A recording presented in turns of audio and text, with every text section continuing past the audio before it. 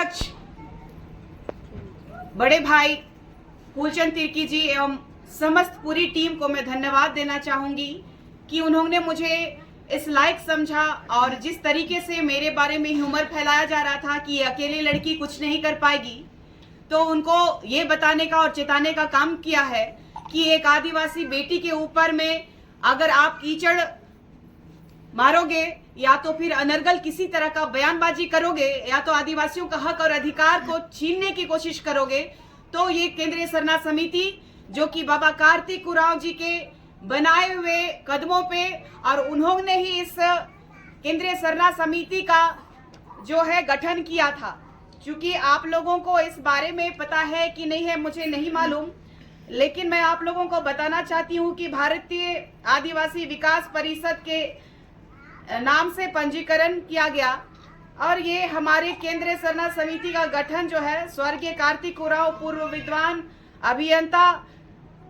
बुद्धिजीवी सांसद केंद्रीय मंत्री द्वारा किया गया और इसका गठन किया गया था 12 मार्च 1970 को। और सबसे बड़ी बात है कि आज जो स्थिति बनी हुई है हमारे इस झारखंड में आदिवासियों की, काफी चिंतनीय और काफी दयनीय है और इसी हालात को सुधारने के लिए ये केंद्रीय सरना समिति ने मुझे जो जिम्मेदारी दी है और मैं इस जिम्मेदारी का निर्वहन बखूबी करूंगी और जो हिम्मत इन्होंने दिया है और भी मजबूती से लड़ूंगी। लेकिन आज इन्होंने इस मंच के माध्यम से मेरे पिता को भी काफी सम्मान मिला है और गुमला के जिला के अध्यक्ष भी हैं। मुझे बहुत गर्व महसूस हो रहा है कि आज मेरा समाज जो है मुझे जो सम्मान दिया है और आने वाला समय में जो मजबूती प्रदान करने के लिए मुझे जो साहस के लिए जो आज स्वागत इतने बारिश में भी इन्होंने किया, तो इन्होंने ये बताने का काम किया कि निशा भगत आप जो कहती हैं कि आदिवासी बना नहीं जाता है, आदिवासी पैदा होना पड़ता है, तो ये इन्होंने सिद्ध कर दिया और हमारे पूरे समाज को मैं तहे दिल से पुनः मैं अपने हृदय से धन्यवाद देना चाहूंगी कि मैं अभी तक सिंगल एजेंडे में अकेले जो लड़ते आ रही थी और जो अपमानित किया जा रहा था मुझे, आज मेरा समाज मेरे साथ खड़ा है तो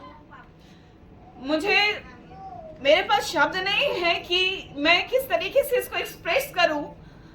ये उन लोगों के मुंह पे तमाचा होगा जो आदिवासी बेटी को नीचा दिखाने का या फिर आदिवासी समाज को आगे नहीं बढ़ने देने का जिन्होंने प्रण लिया है, ठेका लिया है, उनके लिए ये सबसे बड़ा मुंह में तमाचा है। और मेरे समाज के सभी अग्रिम लोगों को मैंने लगातार झंडा प्रकरण में भी आपने देखा कि हमारा चीरा झंडा का अपमान किस तरीके से ईसाई समुदाय के लोगों ने किया था। उस समय में केंद्रीय अध्यक्ष कुंद्रसी दीदी, आपका निरंजना दीदी बहुत ही प्रखरता से हमारे साथ में मजबूती से खड़ी रही। 1.5 महीना मैं होटल में रुकी और इन लोगों ने काफी सहयोग किया और आने वाला समय में इन लोगों ने मुझे सेफ जोन में रखते हुए एक घर में रखा है जहां पे मैं सुरक्षित रह पाऊं। क्योंकि जिस तरीके से लगातार जो हमले हो रहे हैं, सोशल मीडिया के माध्यम से गालियां दी जा रही है और मुझे मारने की जो धमकी दी जा रही है, तो इसको ये जो मेरा समाज जो है मुझे अभी तक बचा के रखा है और जो ताकत दिया है इन लोगों को, आने वाला समय में बहुत ही बड़ी चेतावनी देने जा रहा है ये आदिवासी समाज। 14 तारीख को सभी विभिन्न समुदाय के लोग, 13 तारीख को सभी आदिवासी संगठन के लोग जो बैठक करके कुर्मियों को और मैं तो पहले ये तय करे कि ये कुर्मी है कि कुर्मी है और ये पहले तय करे कि वो क्षत्रिय है कि आदिवासी है। वो तो खुद ही अपने असमंजस में पड़े हुए हैं। लेकिन जिस तरीके से आदिवासी अस्मिता में इन्होंने प्रहार किया है, रूढ़िवादी परंपरा का जो लोगों को जो हनन किया है, उनको चिताने का काम हमारा पूरा समाज करेगा। और आप लगातार देख रहे हैं कि निशा भगत जो है बोलते जा रही है, तो कब तक बोलेगी, तो ये अंतिम सांस तक बोलेगी और उन सबको बोलेगी, चाहे वो यहाँ राज्य का मंत्री हो, विधायक हो, सीएम हो, चाहे यहाँ के प्रशासनिक पदाधिकारी हो, और हमारा अभी नेक्स्ट कदम होगा कि किस तरीके से सूर्य नारायण हांसदा का प्रकरण जो हुआ और कैसे उनको फर्जी तरीके से उनका एनकाउंटर किया गया, तो इस पे भी आदिवासी बेटा जो शिक्षा के नाम पे, विकास के नाम पे हमेशा लगातार अपने क्षेत्र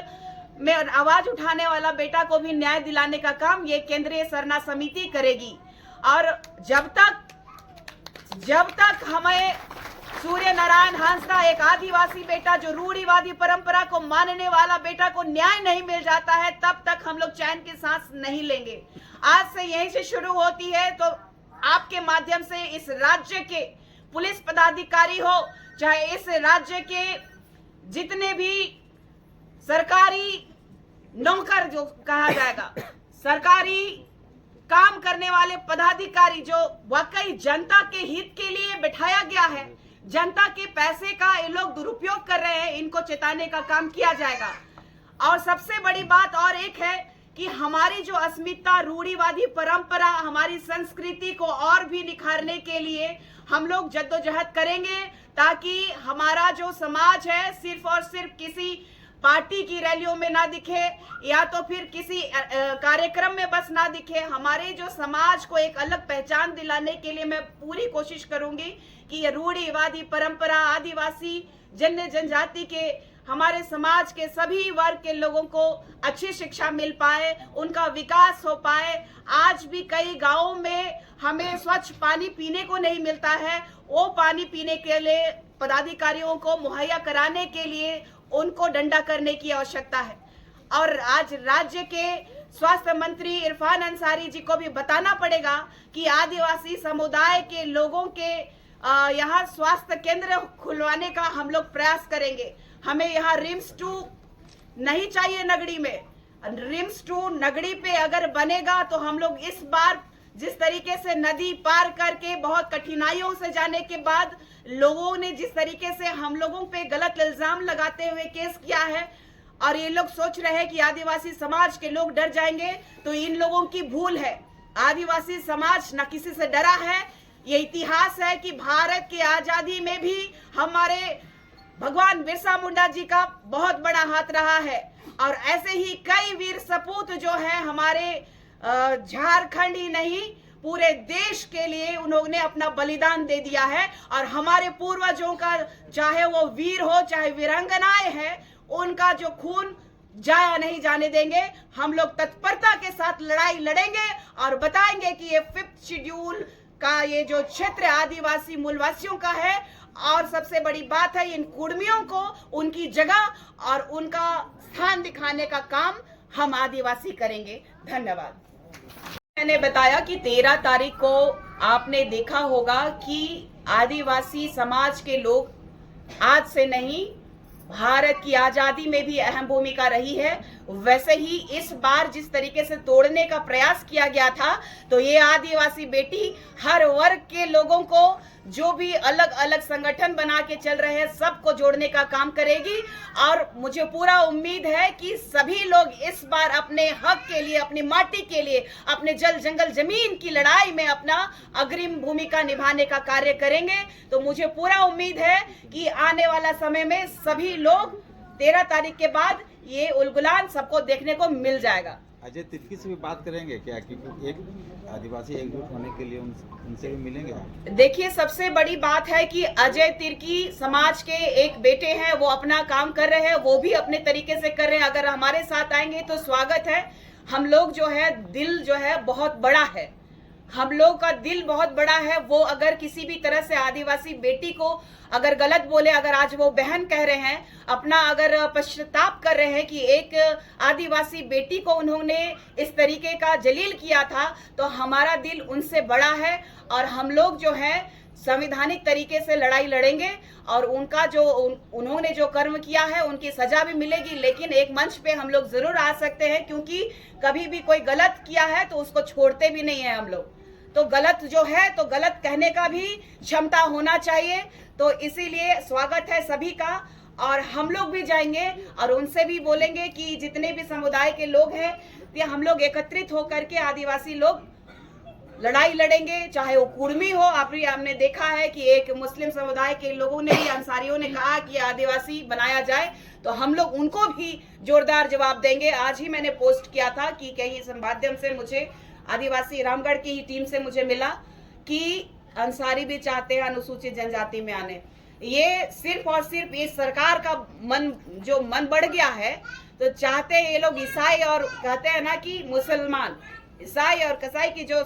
सरकार चल रही है, इसको भी हम लोग तत्परता से गिराने का काम करेंगे। अगर हमारा आदिवासी समाज के लिए ये सरकार नहीं कुछ कदम उठाती है, तो इस सरकार को उखाड़ने का काम यही आदिवासी समाज करेगा। निशा जी, जेल कैंप से निकाला गया, अफसोस है?